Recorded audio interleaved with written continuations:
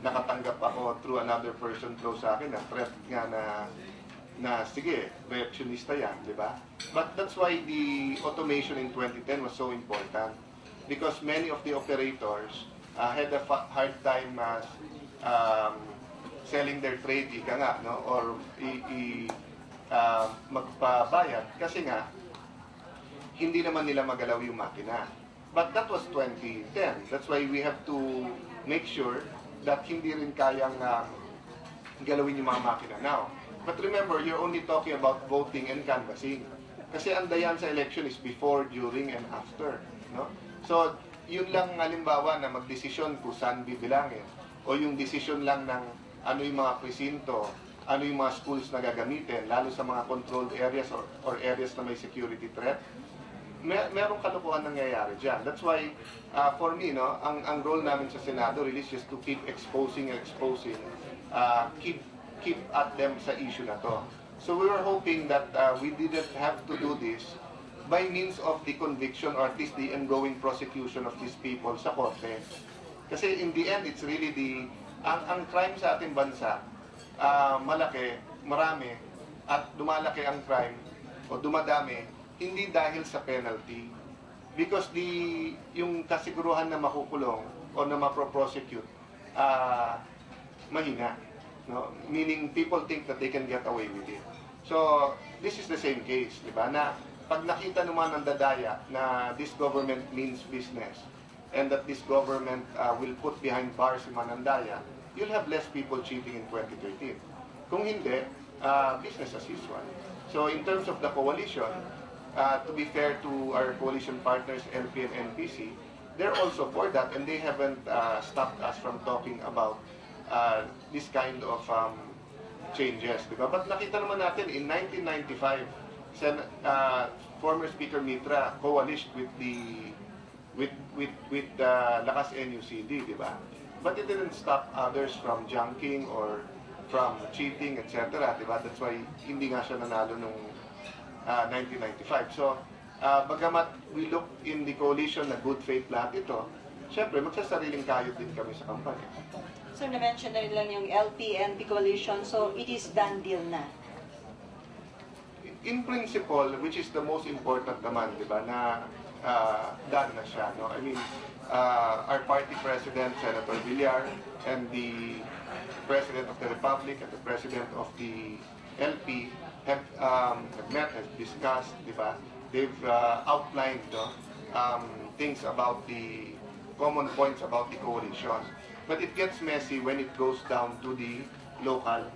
So, there is a arbitration committee being worked out kung saan pag-uusap-usapan, kung saan yung mga areas na pwedeng may common candidates at kung saan either zona libre or whatever arrangement that will be acceptable to the three parties.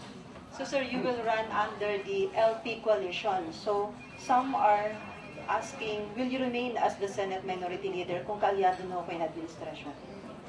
Continue to serve as the Minority Leader. And even if I wasn't Minority Leader naman, I would be critical yet friendly. Because I believe in what the President is doing, but I think it's helpful kung magsasabi kung anong pwedeng from good to better, di ba? Ang pangako ko naman at the start of my term as Minority Leader, hindi ako mag-criticize unless may suggestion din ako. Unless may alternative. But you know, what determines minority majority in the Senate is not the coalition for the 2013 election. What determines whether you're minority or majority, whether or not you voted for the Senate President. So, to my knowledge, the Senate President enjoys the confidence of a vast majority of senators. So, it shouldn't affect, no? Because kung tatanungin mo ako, should I leave as minority leader dahil may LP-NP? Well, yung LP naka-alayan sa mga senador na nasa una. So sila mas dapat tanungin, di ba? But as I said, wala namang ganun usapan. I think iba yung coalition for the election at dito. But that doesn't mean that it will be the same after the election. No? Kasi during the election, dun magkikita kung talagang magje-gel or kung maggaganda ang samahan ng LP-NP. But you're only talking about 12 senators also. Yung 12 na incumbent na na-elect noong 2010 will have a different stand. So, medyo sanay naman kayo sa dynamics dito sa Senate, but I don't think the coalition outside will affect relationships, no, of the different senators and of the different alliances presently in the Senate. So before 2013 election, walang pagbabago sa Senate leadership, sir? Any single moment pwede magkaroon ng pagbabago. What I'm saying is that hindi yung coalition ang magkakos o trigger nito dahil walang ganun usapan whatsoever. Ninyo? Wala na? Okay. Nimpa? Sabi niyo kanina, you asked for the reopening of the Senate investigation in 2014. I informally talked to Senator Coco na ituloy natin. Na ituloy. Well, unang-una to get all the facts. Ano ba talaga nangyari noong 2004, 2007 election, di ba? Because hindi mo mababago ang batas, hindi mo ma-amendahan, hindi mo ma-strengthen, hanggang hindi mo nalalaman kung anong ang tunay na nangyari. And based on that, then we can make our recommendations. Also because you're not confident with the outcome. Well, also because the COMELEC's own investigation is not bringing us the results that we wanted. Remember, ang result natin dito is not to point fingers or not to say nandaya o hindi. Kung walang nandaya, edi, let's be honest with ourselves and sabihin na walang nandaya. Pero kung meron, sino at paano? Okay. Other issues, sir? COMELEC Chairman Sixto Brillantes threatened to resign if their election budget for 2013 will not be restored. And he also said they will abandon the automated election and we will go back to manual kapag daw 8 billion lang ibinigay sa kanilang budget for next year. Well, mahihimay natin yan pagdating sa Senado ng budget nila, no? Because the budget secretary is insisting that it is enough, no? So, ewan ko pagdating sa COMELEC, bakit parating may away pagdating sa math, eh. Dapat naman talaga pagdating sa math, whether ikaw, ako, kaliwa o kanan, we all agree in the same, di ba, 1 plus 1 equals 2, no? So, magkano ba yung machines? Magkano ba yung ibang services? Magkano yung sweldo? Magkano yung allowances? If you add it up together and it is equal to or less than 8 billion, yes, enough. If you add it up together and it costs more than 8 billion, then it is not enough. So, I think it's a simple issue that we should be able to decide. Having said that, I don't think there's anyone in the country except the operators who want na bumalik tayo sa manual. Kung meron man mga cautious about the machines, it's more to ensure that hindi kayang i-tamper or hindi kayang mandaya using the machines. But there's no doubt that the automation ushered in a new type of elections which na-minimalize, if ever, meron ang cheating. So hindi tayo pwedeng paatras, hindi tayo pwedeng bumalik. Remember, if there's one issue, no, that dragged down the whole Arroyo administration and was the mother of all other issues, it was the cheating in the election. Okay, last two questions kasi mag-start na daw yung awarding with former Senate President. Okay, Cham. Na-mention na rin po yung 2013 elections, CBC po. Bago nag-threaten po sila ngayon na they will campaign against politicians for the 2013 elections or supporting RH bill. Since threat yung The issue is very emotional to both sides. So, regardless on how you vote, there will be people campaigning for or against you. Ganun din naman ang narinig ng iba dun sa impeachment, di ba? Na may mga panyalaban sa iyo if you vote to acquit or to convict, no? Hazards of the trade na yan. I think as long as a person votes according to his conscience. But I'm still hoping that and I'm hoping that's the reason the President used responsible parenthood. He's still trying to find a middle ground, acceptable not only language but concepts and principles that will bring people who are at opposite sides of this issue together. But to many senators, there's no doubt of the need, no, of this law. Ang question na lang, no, if there are provisions that are objectionable. But once na-clarify very clearly na walang abortion dito, etc., no, I think many more senators started supporting the bill. Okay, Florante. Sir, as minority leader, di ba mag-deliver ka ng call sa order? Kailan po yun at sasama niyo ba yung issue ng illegal drugs dahil di naman It's more of like a minority report, no? May parts na kontra, may parts na sumusuporta. I usually do it 1 week after, so Monday naka-schedule, just so that we have enough time to verify the data the President gave, etc. No? The drug and crime issue, I think, is essential because lahat ng businessman, 4 lang ang sinasabi kung how to get more money or direct investment into the country, di ba? Predictability of public policy, anti-corruption, infrastructure, at peace and order. No? So, nabanggit kasi PDEA na maraming nahuhuli. Pero kung titignan mo naman, kaliwat kanan ang bentahan ng drugs. Sabi ko nga, parang chewing gum na lang or parang yosi ang binibili mo pag bibili ka ng shabu kasi kahit saan pwedeng bumili, no? Sa mga affluent areas man o sa mga mahihirap na lugar. No? So, may mga bansa walang nahuhuli pero wala naman kasi nagbebenta.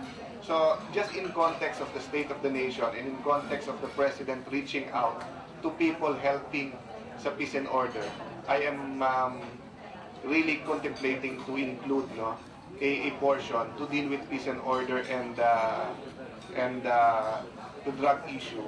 Kasi I felt that the President was trying to show na positive at nilalabanan natin yung crime.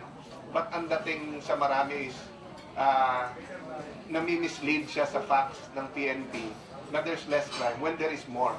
No? So I want to clarify and support that and really find a way that more people can fight crime. Okay, sir, pahabol lang. Kasi today is the 3rd day of live panel interview for nominees for Chief Justice. For those being interviewed, who do you think is the most qualified? Well, tatapusin ko muna, but kung pwede, I'll reserve my judgment dahil it will be viewed by the palace as lobbying for a certain member. No? But what I was thinking of doing actually was putting criteria. Di ba? Parang yung academic qualification, ito ang score. Sa management skills or experience, ito yung score. Di ba? Yung history ng tao as far as corruption or transparency and accountability, ito score. Di ba? So parang beauty contest, i-add mo. So like any other beauty contest, the interview portion can make or break you. So what I can say as of now, I'm very happy that kasi I was there when we started this. Actually, isa ko sa nag-propose na kailangan yung interviews in public at lahat. But I'm happy that ngayon, may media pa. So at least, makikita ng tao, and I think the President will somehow, some way be influenced, no, by public opinion now based on the interviews. So, nakikita niyo naman lahat ng kolumnista sa radyo, di ba? Ang pinag-uusapan kung gaano kagaling o hindi or articulate o hindi yung bagong CJ. So finally, we'll probably have a CJ of the people. Kasi usually ang mga justices malayo sa tao because of the nature of their work. Hindi talaga sila dapat mamulitika o lumapit sa tao. But because of these interviews, mapapalapit.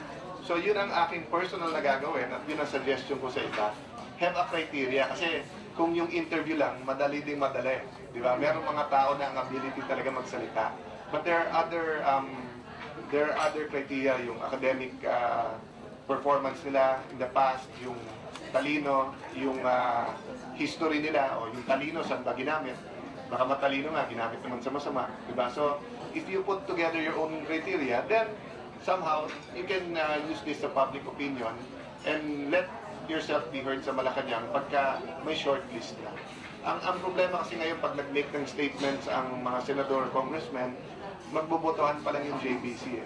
So it might be seen really as lobbying sa JBC for certain people. I'm a member of the CA, dumadaan din dito ang JBC. Okay, sir, na-damage daw yung Supreme Court after the impeachment of former CJ Corona. So dapat daw insider yung maging bagong Chief Justice. Yung damage ng mga korte, parang damage din ng presidency at saka ng kongreso yun. Dinamage ng mga taong nandun, di ba, di ba, pag sinabing damage ang Senado, dahil din sa ibang mga senador, whether present the past, damage ang Kongreso, no? So, the damage was not because of the impeachment. The damage nga was because of certain acts that have been done with impunity over the decades. To be fair sa mga justices na nandyan, hindi lang dyan dati. But there are pros and cons. There's very strong argument for getting someone who's an insider. Kasama dito seniority, kasama dito familiarity with the problem. But there's also very strong arguments for getting someone outside. Meaning yung kung hindi nila naayos yung nandun sila sa loob, di ba, baka yung nasa labas. So, it really is a matter of argument, but whether it's an insider or it's an outsider, it's more of who's the perfect man or woman for the job. Okay, no more? Sir, filing of certificate of candidacy will be on October 1 to 5. So when and how will you file your certificate of candidacy? Yun din ang isang tinatanong kasi ng maraming candidates, ba't ang aga? Ang sinasabi kasi dahil sa forms at saka sa pagbibid and everything, no? Kasi ang problema sa maagang filing, it will spark a lot of issues.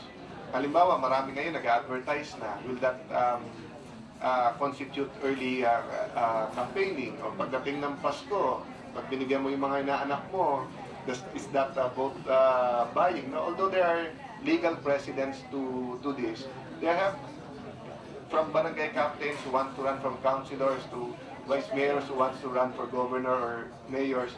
There have been people who are going to our office questioning nga ba't napakaaga. But in the next few weeks, nung ating mga hearings, may be the Oversight Committee on the Automated Election, the Electoral Reform Committee, or the budget hearings, malalaman natin. As to the filing ng coalition, stocks are still ongoing kasi depende nga sa mangyayaring usapan pagdating sa local. But I expect that before mag-break ng October, well, of course, yung filing October 5, but siguro in the next month, no? Baka itong by end of August. Because remember, everyone who's planning to run, nagpapasurvey, gumagalaw na, there's movements being made. So I think August would be a good, baka first week of September would be a good, more or less, guess, or educated guess of when all of these things will be decided. Okay, that's all. No more? Okay, on behalf of Senate reporters, Senate media, and people, we would like to thank Senate Minority Leader Alan Peter Cayetano. Thank you sa inyo.